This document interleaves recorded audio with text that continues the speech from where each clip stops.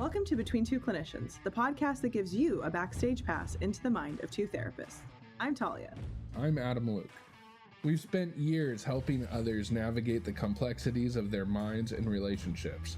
In this podcast, we're flipping the script, and we're sharing our own unfiltered insights. No topic is off limits, and no issue too taboo. We're ready to tackle the tough stuff with honesty and empathy. Let's dive in. Well, hello. Well, hello. It's good to see you.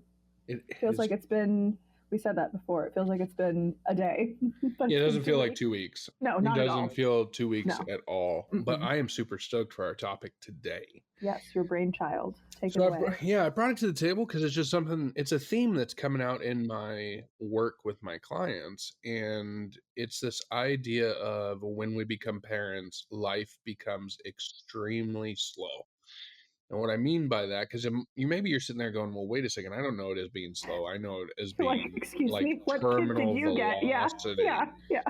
What I mean is everything takes so much more time. And in that way, we always feel like we're behind the curve. Like we didn't get enough done. You constantly feel like you've got a laundry list of like the honey-do list never gets finished. And so our topic today is baby steps, how becoming a parent is supposed to slow you down in the right ways. Because I think there's been this movement to think at times, and I'm just going to talk out the stereotype in front of us, is that like somehow kids inhibit you from having fun or joy in your life. Mm-hmm, mm-hmm. And whether it's a subconscious social narrative or very conscious, I don't know which one, but it is present, this idea of children somehow being some sort of inconvenience. Yeah, or like an anchor. Exactly. In a negative way, yeah. Mm-hmm. Yeah, it's something that's holding you back. And I was having this conversation with a client recently who had just become a new father. This is the first one, right? Mm. And the struggle of like the past self and the present self. Like we're getting near boating season, like what would be the river plans, where would we be going? Mm-hmm. And this realization of like, do the things that I previously used to do without a child in my life, do they still bring me the same level of joy? That's a good angle to take. Like, what would I do now? Right? Mm-hmm. Because I think that sometimes we even silently obligate ourselves to do things that when we were childless, we found a ton of fun in. But now that we have children, it just doesn't align with what we want to do. Right? Mm-hmm. And what is this process of grieving that self while also keeping your hands out and open to catch the new thing? Mm-hmm. And I appreciate that you have clients who are coming in and are aware things are changing. Mm-hmm. I have clients, the ones who come in for couples work or bringing baby home workshops, and or the individual men I've worked with who are desiring like a certain level of self-awareness or deepening the one they already have when it comes to parenthood and like parenthood prep, I guess you could call it, like a instead of like premarital therapy, it's like pre-parenthood therapy. I really appreciate when people are intentional about that and are able to have those discussions of, oh wait, you mean I can't go? And sometimes it's we don't think about it like, oh, I can't just go do anything I want at any point anymore. That is essentially parenthood. The less need, i.e. the older your child gets, the more you have freedom, not the same, but the more you have more freedom to go do as you pleased, still not the same level as before. But I really do appreciate that you have clients who are being intentional about that, because I do see, not that that's about today's episode, but just to recognize for the listeners, there is a separate set of people who are like, no, my life's not going to change at all. And that's usually where the conflict can come in, is one parent is like, no, shit's about to change forever. And the other's like bopping along. And again, we've already talked about that in previous episodes, but I just wanted to make note for people listening, if they're feeling that, I'm saying it because I know had I listened to this, I would have been maybe jealous, maybe envious, maybe frustrated. Like, well, that's not what I got. I had the partner who didn't think anything changed and maybe didn't for quite some time. So I also want to speak to, there are partners who know things are going to change, but they just don't know by how much, or they don't know that it's like a small, there's like a timeline usually when, if it doesn't happen right when the child's born, that for fatherhood especially, where dads kick in about like 18-ish months when the kid's like more fun or more talkative. That's not to say that in the partnership there can't be change in the meantime, or both partners wanting to recognize the change. But there are times where even if it doesn't kick on right when the kid gets there, it does eventually. And if you are the type where you're like, well, my kids are 18 and it still hasn't, then our other episodes are for you. So just wanted to pop that in there as people are listening. And like, we've just come off of this married single mothers kick. Yeah. And yes. like, I think that this episode's also very important for them as well, because if you just heard, I was talking about this list that never gets finished, right? Yes. Well, life is not about the completion of the list. It's Right. about experiencing the present. I know it's easy for me to say that out loud. I'm not trying to dismiss the challenges in that. But what I hope you walk away from with this episode, whether you're a husband, whether you're a wife, whether you're just a father, mother, whatever, that you walk away with this realization of like, your kids are forcing you to be present, and that's what you're actually struggling with. Like, that's what kids, it's their superpower. It is. They don't allow you to stay in the past, and they don't allow you to go to the future. Hyper future or multitask in the present. No. I'm going to do this, and this. Mama.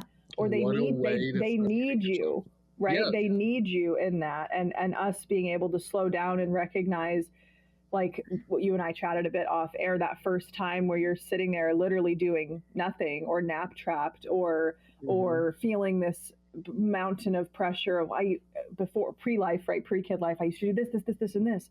That's not going to be happening, especially if you're recovering postpartum. That's why having help or having this conversation of how do we want this to work for us? How do we want to take turns in the slowdown? Do we want to have hired help come in and take that off of my plate if I am feeling that pressure? Because when you can reach the point of joy in the slowdown, the first time you are nap trapped and working on like, not ever, it's primal for women, because the way our cycles function, we do not usually do well with slowdown, because we view time in a month like linear time. Men have a 24-hour clock, women have like a 28, round up, round down, 28-day clock.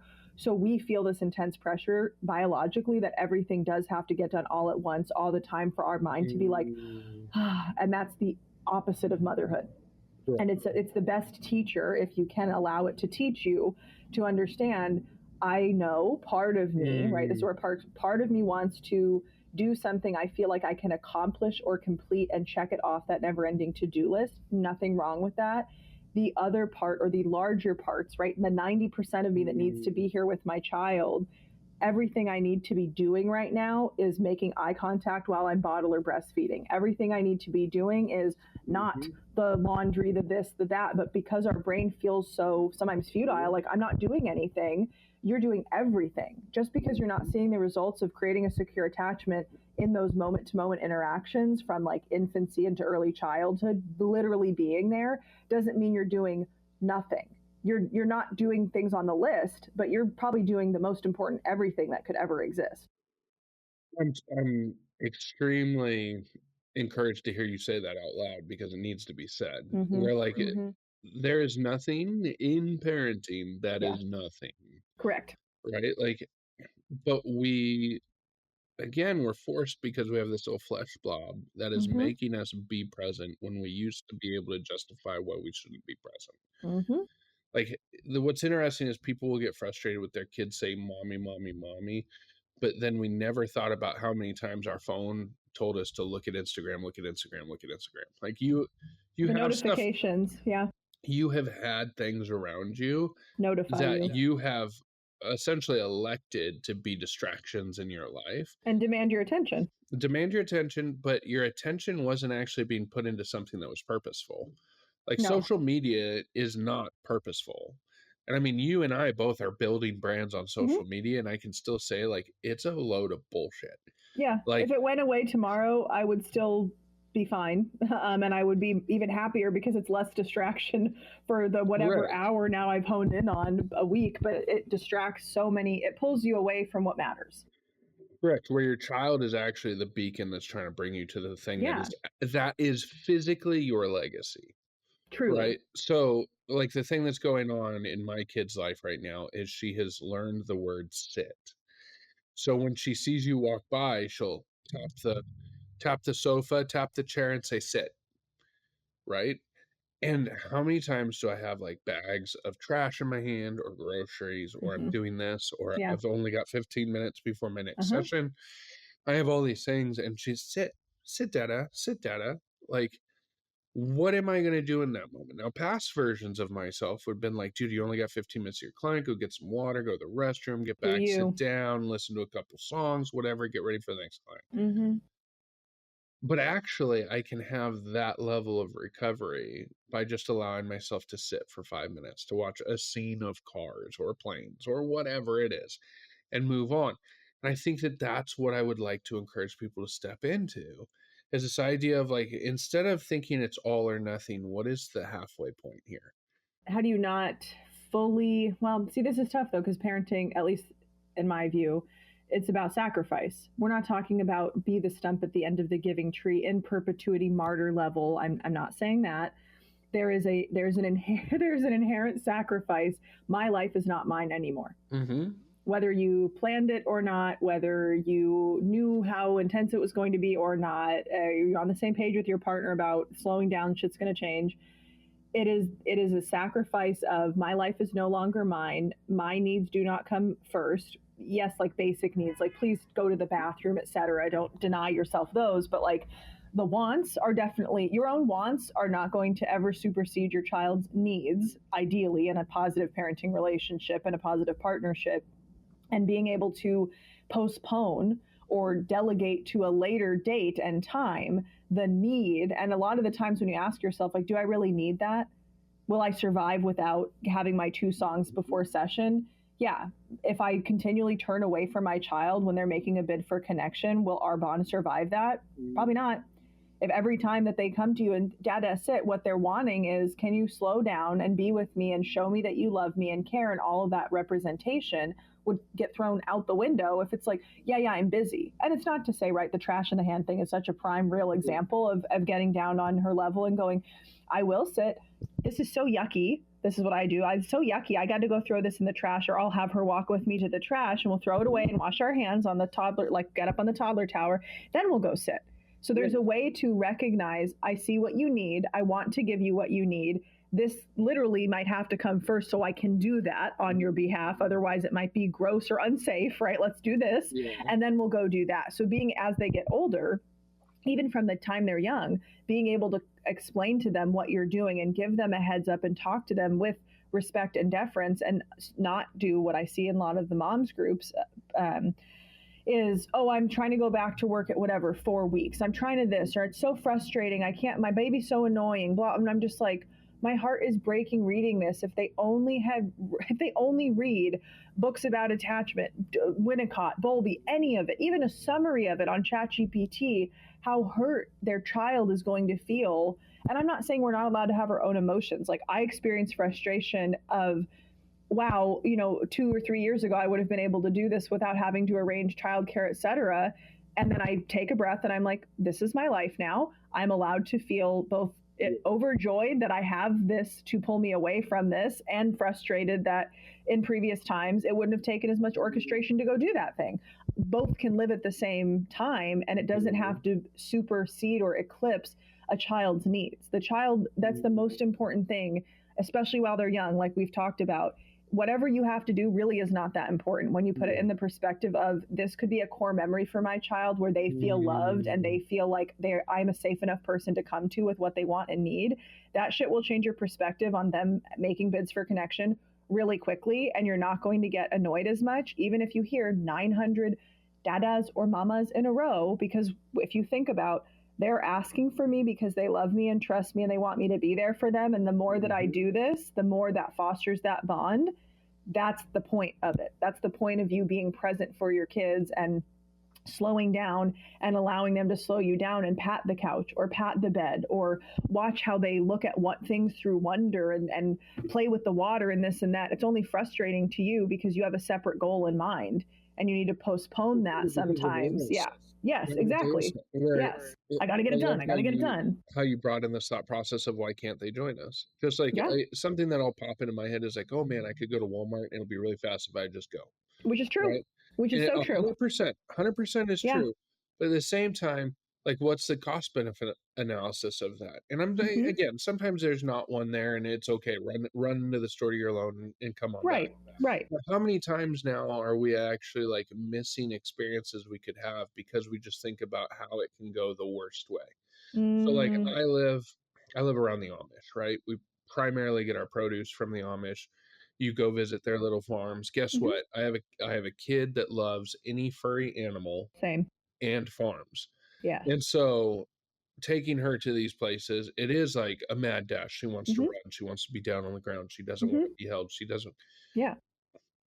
But at the same time, like the expediency is not what I'm after. Mhm. Like it's actually going to benefit us if we do this together and we Mhm. allow there to be sweet little moments. And there are, like the Mhm. moment she gets to hug a goat, and the Yeah. moment she gets to have interaction. Like Yeah. there are these benefits that happen, but we're not thinking about these benefits. We're just thinking about, oh my gosh, the energy. You're going to expend the energy regardless of the True. situation, True. but you can invest it. And instead of it just being the inherent cost, what is the investment here? Mhm. Mhm. And Yeah. so, And yeah. I Go mean, ahead. I have come to find that like after doing the thing that I loathed, but Mm. doing it with my child, I actually had glimmers of the things that were really like I really enjoyed. Mhm. There's still times where it's like, yeah, she has mud all over herself. I'm gonna have to give her a bath. I'm gonna have to wash the car seat. It was a total nightmare. But she had a blast, right? Or guess what? She gets a better nap because I did these things with her. So true. Yes. So it's like the kids need to get the wiggles out. And Mhm. so there's things that, yeah, it's different. I have a friend that he made the decision long, long time ago. I don't want to have kids. He's completely kidless. He loves life. He's the ultimate bachelor. And he was like, dude, sometimes when I call you and I'm hearing you're changing a diaper, you're doing this, he's like, I just think that these things sound terrible. And I was like, you don't understand how He like goes, that sounds awful. yeah, he's like, are you having fun? Like, are you just lying Blink to me? once. Yeah. Like, you must be lying. And I was like, you don't understand how like changing a diaper can actually be fun to a certain sense. We have a routine in how she Yep. changes diapers. Yeah. And so it's funny how she wants to be helpful. There's banter, there's all sorts of things. But you could sit there and say, yeah, it can be miserable. And I know plenty of dads are like, oh, I don't do poopy diapers because that's nuts and blah, blah, blah. But at the same time, it's like, well, yeah, it's inconvenient. I would rather a pee diaper 10 out of I 10 think any times, parent would agree. but it's not terrible. It's not terrible. And so what? It took some time. Mhm. What Jill and I kind of laugh at is we are not scared to change her diaper wherever we are. Same. And so, like, in the back of our excursion, we have it set up It's a little for like station. it's a full changing Yep. station. People were Yep. like, "You're gonna do that in the parking lot?" Oh yeah, I'm gonna do it in the parking lot. It's Yeah. clean. I got Yeah. all my little boxes where Yep. I need them. Yep. It's all good. And like, Yeah. oh my god, like again, I guess the difference is we have moved into that process of accepting that we're not going to be able to do everything the way we want to do it. And But we're childhood's not going, messy. childhood's messy, Yeah. but we're not going to allow the challenges of childhood to keep us away from the experiences we will need to have 10 years Mhm. from now to say, Mhm. remember when? Yes, those memories and the building, and I that's what always grounds me. And being a single parent, the pressures mount, I think, in a different way, similar but different way, because there's not as and I'm speaking very broadly when I say this of married couples. I'm not meaning to up or downplay anybody's situation. But if your partner is the type who comes home at least on somewhat of a daily basis, even if they're only home for a few hours in the morning or the afternoon or what have you, if you have some sort of daily relief to look forward to of I'm going to go step in the other room, here you go, it's a different there's a different way to be able to cope with your emotions of when the overwhelm hits versus it's like there's no one else in the house. There's me making sure she's safe and going in the other room and being like and doing what the parenting therapist works with me on, and the breathing extra very basic parts of therapy that I often forget because I'm so in the depth piece of it, and she is analytic. She does describe a lot of the times that gets pushed on, which I know as well from the infant training I did, it's the frustration not only comes from this list isn't getting done, this is messier, this isn't efficient, this isn't whatever. It's going against not my values in that sense, like it's going against my routine. It's going against the way I like things done, that for so long, maybe in my own childhood, I couldn't do it that way because my parents were forcing their way on me. And now I'm an adult, right? We get that sweet spot of individuation before we have our own kids, however many years that is. Now I can do things the way I want. We get to reclaim a part of that, and that goes away again in when we have kids, especially young kids. Now it's not me pushing her to do things my way. It's me slowing down and balancing how can we honor her way. And if there actually is a time constraint, like we do this class on Monday mornings with other toddlers and moms, we do need to be there at a certain time. Not like I'll lock the doors, but I want to have her enjoy it. I want to have her be there for the songs, etc. So there's a balance of me tempering. I'm getting frustrated because I really value being on time, but I understand people are understanding, especially if you have a toddler. It doesn't mean I'm going to be like carte blanche. I'm 45 minutes late for no reason. If that happened for a reason, fine. But there is a balance of this is pushing and making me frustrated because it's getting in the way of what I think should be happening. It's interrupting my script. That is separate. She has her own script, and I want to teach her that her script is important as well. And having a child who is not as verbal as they will be when they get older, when they're in that phase where they're still learning words, like you were mentioning, the frustration because they don't have the words, they feel it, but they don't have the words for it yet. It reminds us of our own dependency needs that went met or unmet.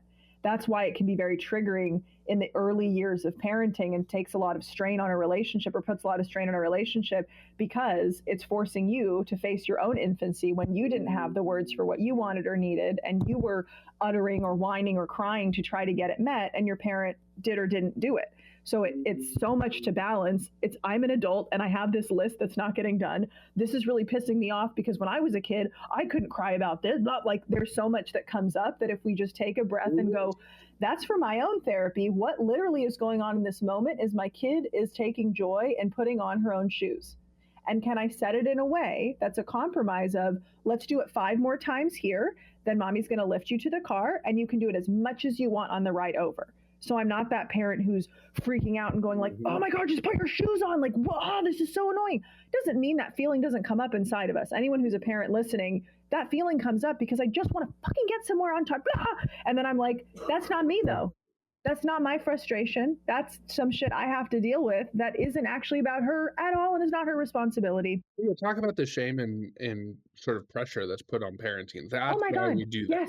Yes. Because, and so this is, and I think you guys have heard me talk about this before, but it's something that I bring up a lot with like my male clients who are just transitioning into being fathers and, very supportive significant others at the same time.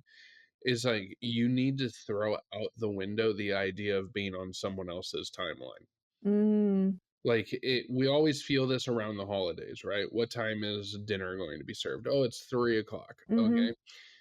I used to be a person that like if I was going to be late, I would get frustrated. I am the person that shows up 10 minutes before I'm supposed to be there. It's just how I am. Yeah. But then I started to recognize like I'm not going to resent and loathe like my position as a father and a husband because there's no way we can go faster. It's some mornings she's going to take her bottle slower. Or when you have a breastfeeding kid, there's some mornings that breastfeeding is going to take 2 hours. Yeah. Like it was no one's fault, right? And so we had to go through adjustments with certain relationships where we would tell people like, okay, we're aware it starts at 3. We'll do our best to get there. When we get there, we get there. And people would be like, oh, well, we're going to wait for it. Don't wait for me. Please don't. Please don't wait for me. Don't do that. Because then you'd get the text at like 3:30. Where are you guys? We're all hungry. I want you to go on. Yeah. I'm on my way, but I'm dealing with a child. Yeah. And I think that that's what I really encourage in my clients is like, yes, you can have a game plan, but you also need a parachute. Like you need to have the adaptability to also call an audible. If we're not enjoying it, if my wife is being driven into the ground, or like now I've got a wife that's 7 months pregnant, if she's getting hot and overheated, we're probably going to leave. And I'm not going to feel bad at all. No. And I'm sorry if that frustrates you. I'm sorry if you wanted the picture. Like, let's take the picture now. But we're going to have to go. Yeah. And I think that that's the other thing is, as being a supportive significant other, you need to be able to also call this out in your significant other. You need with the other person in the relationship of saying like, "Hey, you look like are you hot? Are you miserable? I'm not Mhm. really having fun. Okay, what can we do?" Yes, I'm so glad you brought that up because of the point on attunement, that when you are slowed down and in the present and able to attune at an adult level, Yeah. but like partner to partner level, the likelihood that you'll be an attuned parent is higher. Mhm. If you are this kind of speaks just Yeah.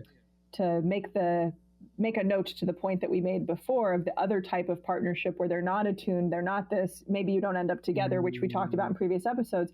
If my partner isn't attuned to me at an adult level and doesn't read the room of she's getting this, he's feeling this, the likelihood that they're going to be an attuned parent is much lower. And that's not only from personal experience, that's also from professional experience I've seen of couples who come in, and typically wife is leading the show. I always look for his needs. I this, I that, whether they do or don't have kids yet, especially the ones who do have kids. Yeah. I'm doing all of this. And can you just look at me and see me? Well, just tell me. Just make me a list. I already have a list. Okay? I already have a list. You manage your own list. You be an adult. And here's what I'm asking on my list for you to attune to. And how you're describing it, the attunement that you and she have together as adult romantic partners is what your daughter is seeing and modeling. And that allows all of your secure ecosystem to function so no one is really panicking or freaking out. It's the likelihood is much higher when I'm the one parent who holds the list, you're being another kid and asking me to hold your list, and I'm trying to get an actual kid out the door, and you're also not attuning to me. And then I'm having to advocate for myself, and then I look like the crazy one because I'm like, I'm hot, I don't want to take a picture, I don't this, and I've held it in for so long, and then the partner's like, well, what a crazy bitch, I don't know why. Not a clue? You have no clue why I just snapped like that? Okay. Or they throw you under the bus to the family. It stems from lack of attunement. So I really wanted to make that point because your child will also throw tantrums, or you will throw a tantrum when you're misattuned. The point of attunement, like stillness fosters attunement, and attunement fosters the ability to be comfortable in stillness. So the more you slow down with your kid and work on that attunement and attachment, you can get the spidey sense. They just don't want to wear shoes today. They don't want to go to this class today. They don't want to this. And check in and go, is it really that important? Is it worth misattuning to my child to force this agenda or schedule on them? No. Rarely would the answer be no. Like, yes, you have to take them to the doctor, etc. But like, no, we can do a makeup class, or they're napping. Am I going to be the parent that like forces them awake because we have a 4:30 my gym class? No, that's ludicrous. I'm going to text my gym and say, we'll catch you next time. And they go, okay, because they know how babies work. Like, it's ridiculous. A good point to also bring up is like the majority of the world understands. Totally. And has us way that more does it grace for than we you do than for you. ourselves. Hey there, listeners. Are you tired of settling for less than you deserve in your relationships? Do you ever feel like you're not being seen, heard, or valued the way that you want? Or maybe you've been wondering why you keep attracting the same kinds of people into your life, or why certain patterns seem to repeat themselves in your relationships. The answer might be deeper than you think, and you can find it in my new course. Rewire Your Relationships is a transformative course designed to help you stop settling for less than you deserve and start embodying your most confident, assertive, and authentic self in your relationships. You'll explore how your early experiences and parental influences have shaped your views on love, dating, and self-worth. This isn't just about tips and tricks for dating. It's about understanding the core beliefs that drive your relationships that you attract. You'll learn how to break free from those old patterns and start creating the kind of connections that truly reflect who you are. Imagine stepping into a relationship with clarity and confidence, knowing you're attracting people who value and respect you for who you really are, your deeply authentic self.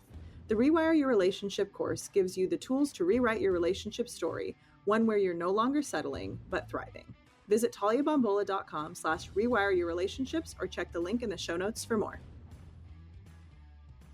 So this other thought process of like, being slowed down in all the right ways, I think sometimes, especially when we're like high impact, high efficiency, high performance individuals, in our heads, we've always had ways that we've done things to get the results that we want. And so it's very rigid.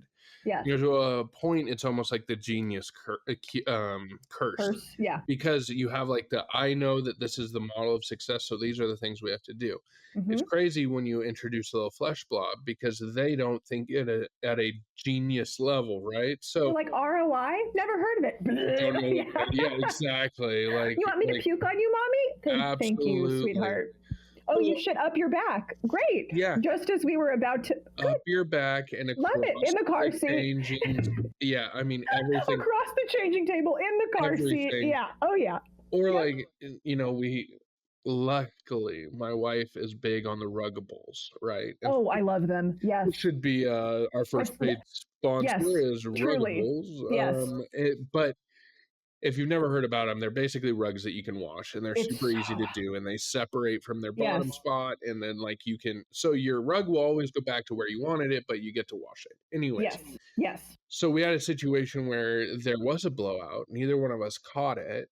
She didn't tell us that she had a poop, and so every time she sat down, it was like a little stamp of shit all over and you're like, wait a second, that isn't the color palette that the rest of the rug is. So what is going on there? You're just like, oh no, man, here we are. But I mean, so this is a thought process that I go, this is like the perfect example. So like, let's say you're trying to run out the door. You're trying to run out the door. You know, you need to clean up the living room. You got to turn the TV off. You got to put the shoes on the kids. You've got all these things that you need to do. What happens with this genius curse is sometimes we think to ourselves, okay, we're going to clean the floor. We're going to pack the snack bag. We're going to put the shoes on. Then we'll get out the door. Yeah. And here you have this little bundle of joy. Your kid says, bitch, you thought. Yeah. Well, and half the time it's not even them trying to be little jerks. No, it's not intentional. They're just amazing and going at their own pace of life. They don't know your little plan. They start to understand, like, oh, wait a second, we're doing something that's similar to we're going outside. Yes, out. And so out. And so guess what? Now you've got this little flesh blob bringing you shoes and saying shoes. Yep. And now I'm locked in this battle of like, no, we're going to clean this up. We're going to pack your snack bag and then we're going to put the shoes on. My question to you as a therapist is why you can't put the shoes on and clean up after her. Like there's not, like at this point, this is a wrestling match. Because it's my path and it has to go in the right order. I want to be right. I don't want to be right in parenting. I want to be present. I want to, attuned. And I trust me, I'm hearing all these people say, so you're going to raise nightmares. No, we still use the word no in our house. There's punishments, there's consequences for actions. But what I'm not interested in is trying to have an intellectual pissing match with a 3-year-old. It's not worth, it's also not worth the fight in the grand, rarely are things, but it's really not worth the fight in the grand scheme of things if it meets the need, like they're vocalizing a need, it meets the need, it occupies them and enthralls them enough for you to get your list done. Sure, maybe you have to Swiffer the floor after if you're not. We're a no shoes household, so like that would be what you just asked. Like my first thing I was be like this, but I'm like, but they're so tiny and she only walks in this path. I'll just use Clorox when she goes to bed. Like at the end of we're not putting muddy shoes on. But that's fair, right? But if it's a pair of house shoes or something, right? Who really cares? Yeah. Like lace them up and guess what? Then you'll probably have a kid that now outside, and guess what separates us from outside? We've got to clean this up. Yes. And then I can pivot. And so it's funny how we get stuck on like doing it the right way. There is no right way. But it's this arbitrary way that like human instinct, once we have a plan set, it makes us stupid. And I'm not trying to be disrespectful when I say that. My goal is to really highlight it makes you so locked in that you put blinders on and you're not available for alternate ways of doing things, even if an alternate way is more efficient, more expedient, more lucrative, whatever more that you're hoping for. But because our brain goes plan, there's a mix of that. And in those moments where your child has a separate plan than you do, it pushes on your own childhood where you had a separate plan from your parents and they, just like we all promise will never be, snapped. And now you're finding yourself going, why did I just do that the way that my parent did? And it's really beneficial to go inward and be like, yeah, I just snapped because I just wanted to do things the way that I wanted to do it. And I felt that way so much of my upbringing. I had to do things the way that my parents wanted or other people wanted, who am I to stop my child from learning their voice matters? That's really the question to ask. And what you're saying is like, let him put the shoes on. It doesn't mean we're going to indulge everything. And there's safety things where now we had an incident with the toaster oven. And by incident, I mean it had already cooled down and it was like literally just a little warm and the button wasn't on anymore. So like it was off. And she touched it and she goes, hot. And I said, yes, it was hot because mommy cooked an English muffin. And so now every time she sees the toaster oven, hot. And I said, it's not hot now because the light. So we work on it. But we have those moments where had I not been attuned and present, I know the toaster oven's hot. I know not to touch it. I know this. But if I was so locked into my plan of, okay, English muffin, scrambled eggs, this, that, she would have been still standing there on her tower next to the, in reach, I should say, not next to, but in reach of the toaster oven to be able to stick her hand out and could have, it's a glass front. It's those things that if I'm only looking at the world through my eyes, I don't know what is a potential curiosity or safety concern for a toddler if I'm not looking at the world through their eyes. So what I literally do to recommend for clients wanting to work on attunement and slow down, get on the height and eye level of your child always when you're talking to them, because they don't want to feel like you don't want them to feel like you're towering over them. But from a safety perspective and a curiosity perspective, if they're just staring up at you and they're maybe little, like they're looking at you cooking, they don't know what's on the stove. They're not trying to distract you from cooking. They want to be involved. So creating situations where you both are slowed down is the point. Maybe that's the point, that scrambled eggs don't take 30 seconds anymore. They take 2 minutes, but you teach them about heat and knife safety and everything else. And the pan handle goes in the center and you don't stick it on the outside. Like, you're supposed to slow down and re-experience some maybe painful, but maybe joyous parts of your own childhood in parenting your own child. And those bonds and those connections, as you were saying, the like going to the store, of course it's much faster. It's also much faster when I don't have a partner with me. Like, I don't want to get distracted. I have a plan, I have a routine, I have the aisles mapped out, whatever, but it's much more fun to go with her and her be a little ham. And she, now everybody, hi, to everybody who walks by, and some people don't. And I'm like, excuse me, she said hi to you. And they're like, oh, I'm sorry. Like, I'm that parent that I'm like, excuse me, she's literally staring at you saying hi. Like, don't be rude. Hi. Yeah. Do you see her? She just waved to you. Hi. It's that little joint. It teaches other people to slow down also. And the ones who are looking, it's always the grandparents that I do not have to mention that to because they're already curious. And hi, and they're like, oh, hi, sweet baby. And some of them do try to come up and pet her, which I'm like, she's still a person. Like, maybe don't touch a stranger. That's still a good rule. But the slowdown, you can see it, right? It's for little kids and older adults because they have a perspective that us who are just in this rat race trying to get to what? Why are we in a race to get to this age where we're going to look back and wish we had slowed down and taken our kids to Walmart or Target with us? There was one day she got filthy. I let her crawl. I had to do it. She wasn't wanting to be in the cart. I couldn't hold her because I needed both my hands to shop. So I just set her down in the kids section, had an eye on her the whole time, showing her, letting her pick out her outfits, throwing them in the cart. She's crawling onto this. And I'm like, she's disgusting. And I'm like a big germ person. I don't let shoes in my house. So I wrapped her in a towel, like a light towel, popped her in the car seat, strapped it over, went down, picked her up from said towel and put her right in the bath and took all of our clothes off, put them in the washer. Like, do I do a lot more laundry now? Yeah. But is my kid happier because I'm not this neat freak germaphobe? It has to go this way, whatever. And I have a can of Lysol with me everywhere.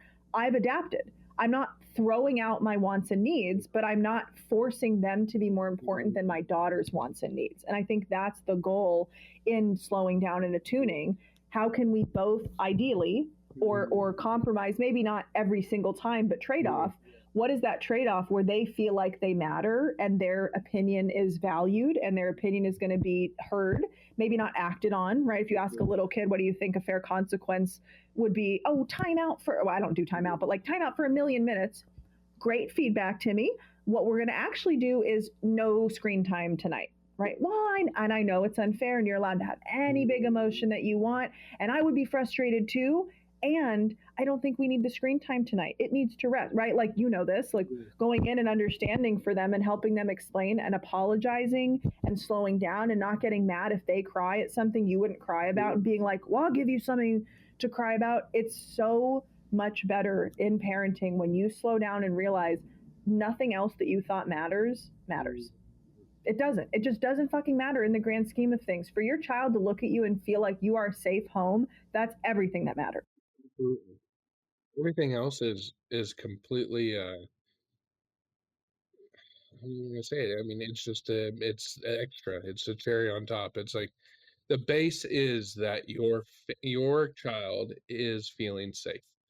They feel like if they run to you in a crowd, congratulations. Like, and that's what I've noticed is like as you recognize what actually matters. And so for me, I'm trying to build a very confident, fierce young woman. Same. She's right now just a bebe, but like being able to encourage what's wild about her.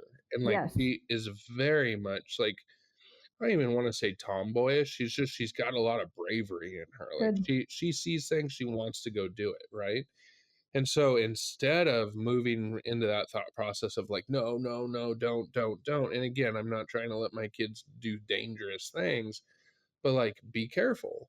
And that's why things have happened that Jill and I are kind of like nudging into is like we're not upset when she scrapes her knee. We're not upset when she gets a boo-boo, right? Like the word in our house other than hi is probably bonk because she'll hit her head on something, she'll go bonk, and it's like, oh yeah, baby, like, but guess what? Now you can watch. She's careful around corners. She holds her little fingers out when she shuts cabinets. Yes. Like she's learning things because we're allowing her to actually feel pain, but also in a very safe and secure environment. Yes, and there is a level of learning when they're able to slow down. Like I remember one time I was in such a rush. Where was it? And she was little, and I had to get blood work done for some appointment that I'd waited for like 7 months. Like time was of the essence, and the first lab messed it up, whatever. And I remember pushing, I was also fasting, and I'm treated for it, but like I have a really bad blood sugar problem where I bottom out really quickly if I don't eat and I get enraged. Yes, it's a hormonal thing, but like hanger to the max. You can ask, I own it. You can ask any of my family members, like avoid me. And I will say that now, if I'm like, they can see I'm activated, either my mom will hand me a protein shake or I'm like, back off because I haven't eaten and I love you, but I don't want to snap. They're like, okay. And then once my blood sugar regulates, we're good. Anyway, so that was also happening. I'm carrying her and I swing the door open to the lab thing. And I'm lucky I moved at the right time because it would have bonked my head and probably her head because she was here in the carrier. Yeah. And in that moment, this woman's face was like, ugh, because she saw the angle of the door differently. And so I moved and I took a breath of so grateful it didn't end up being what it was because both of us would have gotten bonked. And I was like, this is not worth it. Like pull yourself out of yourself. And for me, it's more moment to moment where I'm like the most unskilled again. If I haven't eaten, if I'm really tired, every parent can relate to that, I'm sure. And understanding and being like, ground yourself again. It's okay. You and I still probably have those moments where we lose it. Hopefully not in front of our kids. And if we do, I'm the first to apologize. You're allowed to do yes. Like, you're allowed to be my intent. human, Yes. right? My intent is I don't want to. I don't want but it. When it pops out, a lot of times it is a symptom. It's not a root cause. It is Correct. a symptom of I didn't take care of myself till I hit that spot.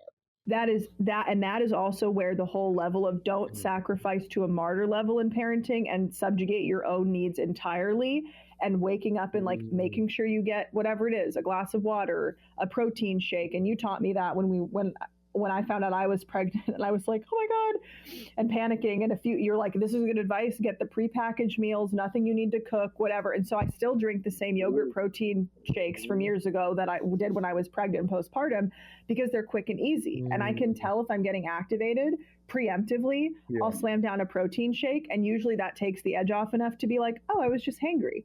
But if I had pushed through, I need to be present, I need to be attuned, I need to be this, I can't do that if I haven't met my own needs. And if we think about the times we get frustrated when we hear our kid, mama, or dada, and we're like, yes, my angel, how can I help you? It's mostly because I was in the middle of an email trying to cook. She doesn't know that. I'm much more vocal. I'm actually rarely on my phone in front of her. And there are times where I see pings and I'm like, I got to do that. And then I'm like, but I can do it later. Like there's no such thing as an urgent email. Like if it was a phone call, that'd be different. And I can still check that. I tell her I have to look at my phone for an email. It's going to take about 1 minute. So by the time this scene comes on, I'll be all done. Okay. And I still sit right next to her, but I'm telling her I'm going to be checking out for a little bit. So she doesn't look over and have a mentalization. Oh, my mom's checked out. I'm telling her, right? And this is super attuned parenting that I think we know of because we're therapists. Do I do that every time? I really strive to. I probably do it more than most parents who don't do it at all. But my goal is that she feels treated and respected and understands and isn't looking up and seeing me be like this all the time. They don't know if it's important or not. They just know that this is getting in the way of you being attuned to them in that moment. And they don't care what you have to do. They could give a shit about what you have to do for work. Yeah, you just have to basically task them in the right way. So again, like instead of trying to claw tooth and nail for them to clean up the room before we put shoes on and let them move into that. Yes. Just like Jill and I are really big on the kitchen timers. The kitchen timers are very helpful as well. Yes. Because it gives them some ownership in it. So like when they don't, well, like when Lorelai is not behaving, sometimes we throw the kitchen timer on and people are like, well, she's barely 2. Can she trust me, she gets it. She gets it that it's going to be, I mean, we'll pause if screen time is on, we will pause the show. We will do whatever we're going to do, but hey, we're going to set the kitchen timer and maybe it's 2 or 3 minutes because again, I'm trying to do it at an age appropriate level. Sure. Right? Yeah. Pace. And like 2 or 3 minutes when you're like, oh my God, what's going to happen? It's like planking for a minute. Yeah. Yes. Like there is this, like, you can see it in her. But then what's interesting is Jill can also set the timer and that's how Jill will be able to escape. She goes, Mama goes to the bathroom, set the timer. Yes. And then she'll walk away. And a lot of times she'll just sit there and you can hear her, like she's going tick, tick, tick, tick, tick, tick, tick, tick, tick. Because she's playing, she's whatever. And then when that thing goes off, now, like last night we were cooking, and so it was dinner time and the kitchen timer goes off. And what does she scream? Mama. Because she's used to like, oh, the timer goes off, now Mama comes in. Yes. And so it's like, okay, this is actually working out to a certain level, but like you have to be willing to give yourself the minutes.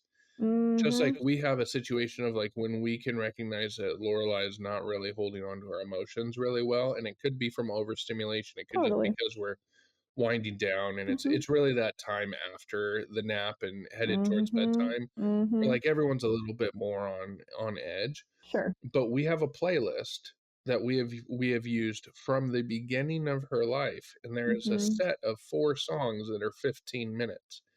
And so when we say quiet time, we'll turn it on, and she now understands once that playlist hits let it go, that the 15 minutes is up and that we can start doing other things again. There are times in our household where the household goes quiet because we need 15 minutes. Yes. Mom's overstimulated, baby's overstimulated, daddy's overstimulated. We are not in the position of really communicating with each other right now without saying things that we will regret or be experienced in ways we don't want to be experienced. Yep. I'll even vocalize it because you taught me that phrase. There are times where it's like she's, talking to herself before sleep. And it's exhausting doing it solo, plus working, plus this, plus the dog, plus partridge in a pear tree. And I'm just like, Mommy's ears hurt. Mommy doesn't want any more decibels. And I say it just like this. Yeah. Mommy doesn't want any more decibels. It's quiet time. Okay, we're going to be quiet. Blah, blah, blah. It's quiet time. It's going to be okay. And I hold the space. I literally go so deep inward. I'm like, become the nervous system she can borrow from. I'm like transcending time, no matter how exhausted I am, because I know what's not going to work is me getting frustrated, me raising my voice higher than what I just talked to, getting amplified. That's enough. Like none of that is going to help. And she's allowed to babble. We talk to ourselves or read a book or scroll before we go to bed, right? Like far be it for me to stop her from doing her own little routine, but the kicking, the this, the flailing, like I don't mind that you do that, but just like don't punch me in the throat, like fair boundary. I'm cool with if you flail around and the quiet, and then I slowly start to hear her, the breathing, and then she goes to sleep. So how we interact with them when we need that quiet space, it's our job to set that tone as the parent versus getting to the point past no return where everybody's screaming at each other. And then we all have to take way longer to calm down.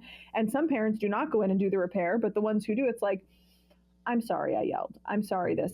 The least amount of time I have to say that, the better. But anytime that does happen, it's still my priority to make a repair as soon as possible. The other day, I had to pull her shirt to get her changed, but she's like right in between 2 and 3T sizes. So like some parts of it fit, some parts of it don't. But it kind of pulled up her nose when I pulled it over her head. I always give her heads up, like, okay, arm, up and over. And I did up and over, and it kind of went bloop and caught her, and she was crying. And instead of me, which I would have done to myself, brush it off, this and that, probably stemming from my own childhood, I got down on even lower, eye level, and I held slowly her shoulders. I said, I'm sorry that bonked your nose. That was not my intention. I apologize. And I was very calm with her. And then she goes, oh. So instead of it being, I have this need, please see me, I see you, honey. I'm there in it with you. And yeah, some parents like, it's her nose, like brush it off. No, to her, it's everything. They've only been alive for however long. Everything is a big deal to them. So again, slowing down and understanding, it's not about you anymore. It's not just your life. You're teaching somebody how to be a person when you're a parent. Yeah, the things that you're instilling in them at 2 and 3 are going to be the same things that show up when they're 12 and 13. So here's the deal. You can either build in the alliance now, or you're going to be so far behind the game when people are actually competing for your kids' minds.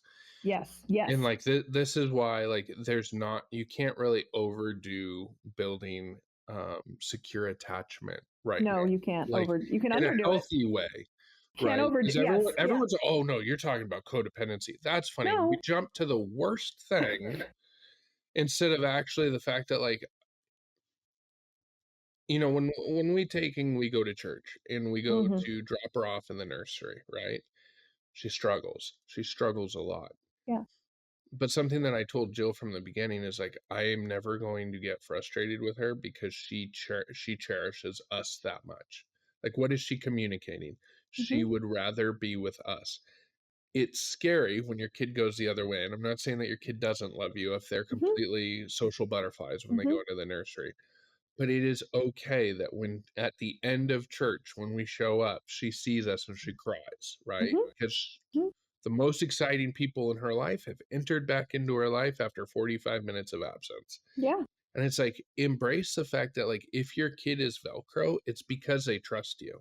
Yeah. The kid who is not Velcro is the one that tells you, I don't have attachment to you. Bye. Yeah, they could be, they're indifferent. They could care less. We have to pay attention to that, because a lot of people be like, oh, well, I love the fact that, like, he's not really a cuddler. And there are kids that are just naturally not cuddler. Fair, yeah. But then there's also, you can hear, hey, we've built in a form of insecure attachment or a transactional relationship into a child at too young of an age.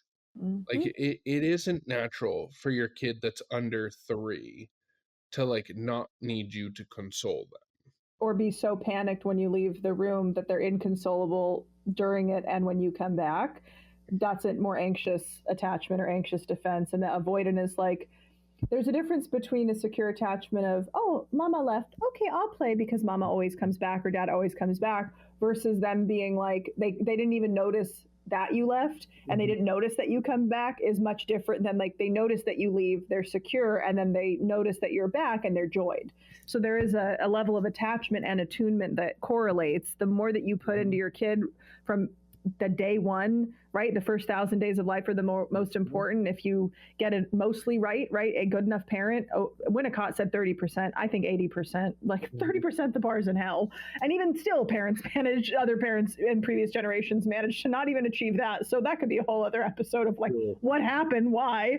But good enough. More often than not, am I able to really slow down and be there? And if you're more often than not is less than 30, less than 50, you got to do some inner work of, where am I not being the most present?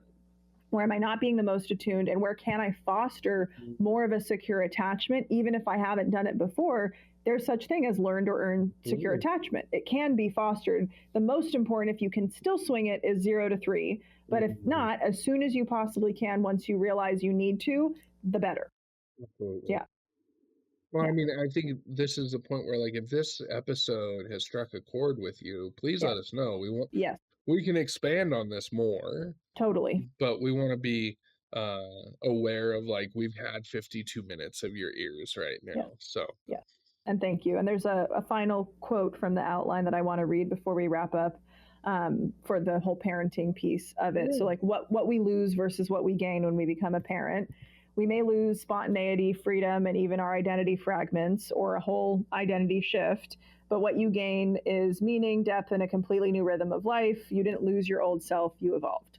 So if that's any consolation for parents out there or parents to be, it is a loss in many ways because it's not the life that you were accustomed to, but what you gain in the process of losing that old life is more than you could ever imagine. So I think it's, if you're wanting to do that, or if you're in the process of parenting, it is totally worth it when you slow down and realize, look at the world through your kids' eyes. Okay. Yeah. And let us know if you like the episode. Rate, review, subscribe, DM us if you have episode ideas. Yes, share this. Please share this. And we'll see you in a time warp speed in a couple weeks. 2 weeks, it'll feel like tomorrow. Yeah. And we'll see you then. See you then. Thank you so much for listening to another episode of Between Two Clinicians. We would so appreciate if this episode resonated with you, for you to share it with somebody, and also find your favorite podcast platform and like, rate, and subscribe to the podcast. We would love to attract more listeners just like you and have this message be spread to whoever needs it. So thank you so much for listening, and we'll see you next time.